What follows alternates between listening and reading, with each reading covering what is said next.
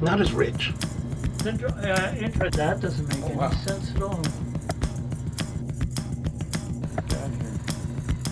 Right on. We are. We've got everything rolling. Yes. Do you mind if I make one? No. I'm happy to. Let me see if I can figure out what's going on over here. Did you try that? Was it bad? No, it was fun. It was okay? Yeah. I mean, you know what I found over the years is in playing with machines without their pumps running? Yeah? Is that even at like 3 bars, it still can produce decent quality shots. Alright, let's see what we got here. Yeah, I'm really super curious why I'm not seeing any pressure any pressure being recorded.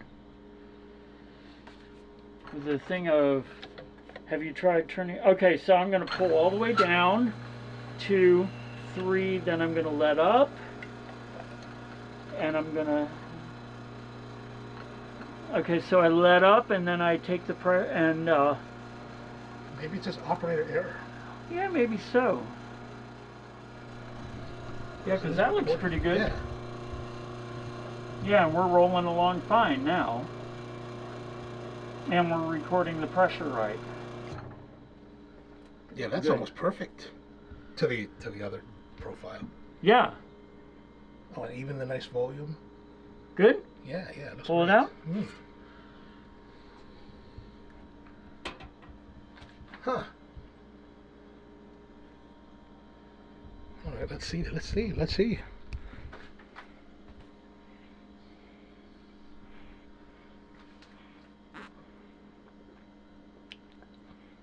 Oh, much smoother. That's good. It's crazy how much the first few seconds have to do with that. Yeah, that's really, really wild. Like it's one of those things where if you are to implement this in a cafe environment, I mean it does introduce like You can't so many variables.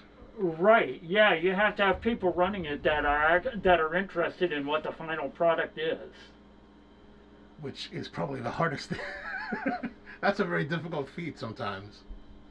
I think this is Gwillem Davies' big thing about lever machines, right? I mean, he's a big proponent of them.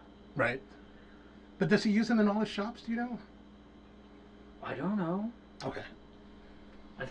When he was running, is he still running Proof Rock? And that I don't know. Okay. I don't know either.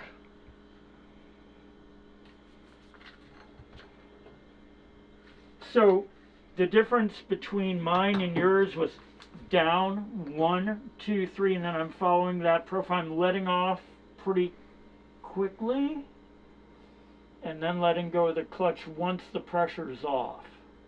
So you go up here,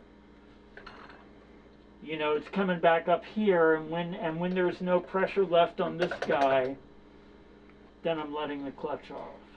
But you're coming back pretty fast. I'm coming back pretty fast. When I come up here, you'll feel there won't be any. Right, you feel it kind of taking. You'll feel it taking over. Right. Yeah. All right. Maybe one more time, if you don't mind. No, not at all. All right, thank you. Here.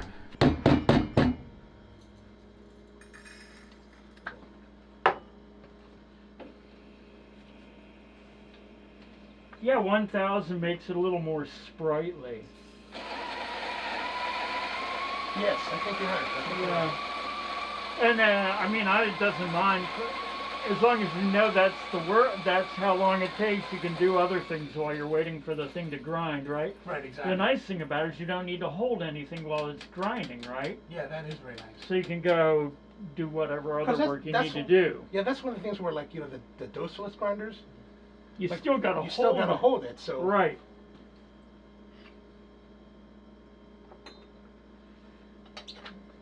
Right, so if you don't have to do anything except let it grind in the background while you're like purging out a steam wand or something like that, you can go do it. Yeah, that is much nicer that way. Because that's one of the things that I find that's a little bit hindering about Doserless grinders.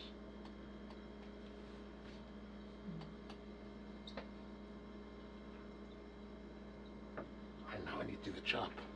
Yeah. I have no idea what I'm doing with that chop.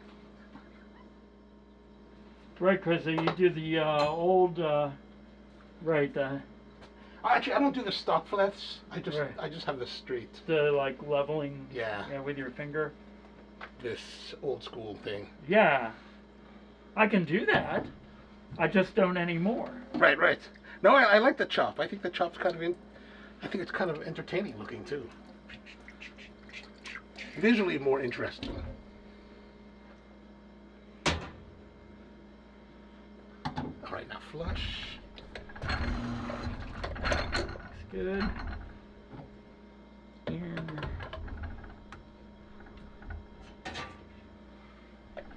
All right, 3, and then pull down and then let it up right away. yeah, no, wait. 1, 2, 3. Now let it up. All the way. Up, up, up.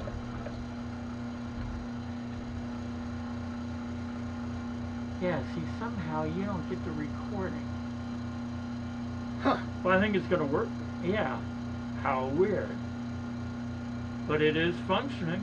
Yeah. Maybe it's the technique that I'm using that's preventing it from like recording. You have to pull it down pretty quickly down. Then I'm waiting for the pre-infusion. Then Yeah, because it still because it says 36 pre-infusion, right? So it still thinks it's pre-infusing. Is that correct? Yeah, it still thinks it's pre-infusing, but it for sure wasn't. Huh. Poor technique. Poor technique. That's what it is. Poor technique. Interesting. All right, let's have a taste again.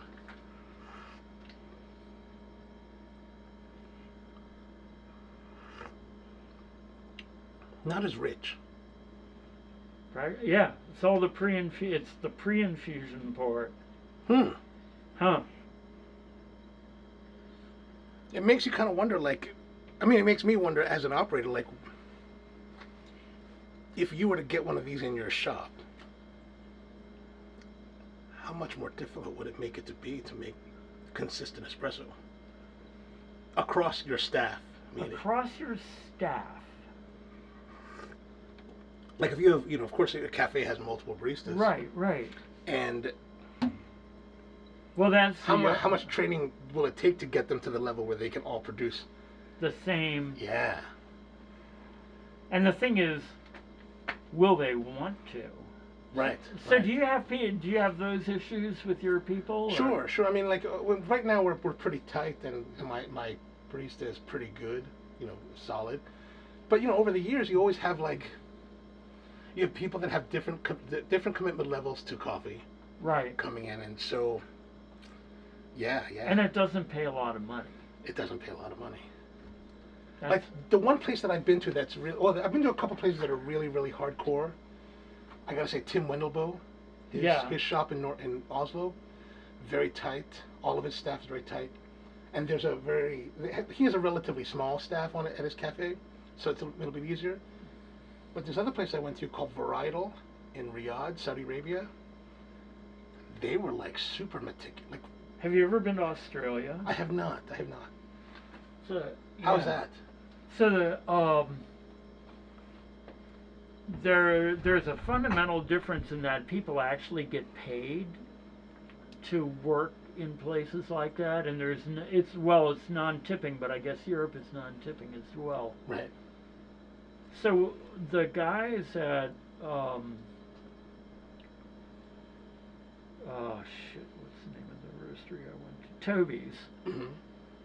Said that if you were good, experienced barista, you could make 100,000 Australian dollars. Yeah, I don't know. I mean, that's what I wonder about is how difficult it would make it. I mean, as we get this great technology and really interesting ways to manipulate the coffee. Right. I think the potential for manipulating the coffee is here. Yes. Right? Whether you can produce that in a coffee shop environment, you got to have certain kind of people. Right? Yes, agreed. And if you got that, then you could do something pretty special, I think. Well, it's getting that people, that commitment that's right, difficult. And so I don't know how you do that. I'm just a geek engineer in the basement. And what a basement this is. It's like a Wonderland. Not many basements like No. this. All right, let me get rolling because I know it's getting late. So thank you very much for having me here today. Yeah, was that cool? Yeah, it was awesome. It was awesome. It was awesome. I mean, this is the only one like it. I didn't even know they were making these. In single group, meaning. Yeah, it's not even on their website. Yeah. That's why when you posted about it on Facebook, I was like, what in the world? Yeah.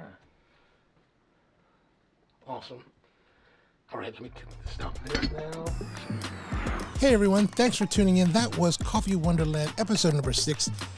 Thank you very much for watching. If you've seen the entire series, you've been able to join us on this journey to visit Greg Skase down in his home in suburban Maryland, where he's doing all kinds of wonderful experiments with coffee diffusivity, and so much more. And if you haven't seen the other episodes, I do encourage you, especially if you're really into coffee and want something to geek out on for a few hours, check out the rest of the series. There's a lot of great stuff. It's focusing on the La Marzocco Leva as well as the Weber EG1 and Mahlkönig EK43 grinders. So thank you very much for watching. Really appreciate you. If you have the chance, please do subscribe and like and do all those things that other YouTubers ask you to do. We are going to be having a coffee origin trip in 2022. Remember to join our mailing list. It's links in the description below. Thanks for tuning in. See you next time.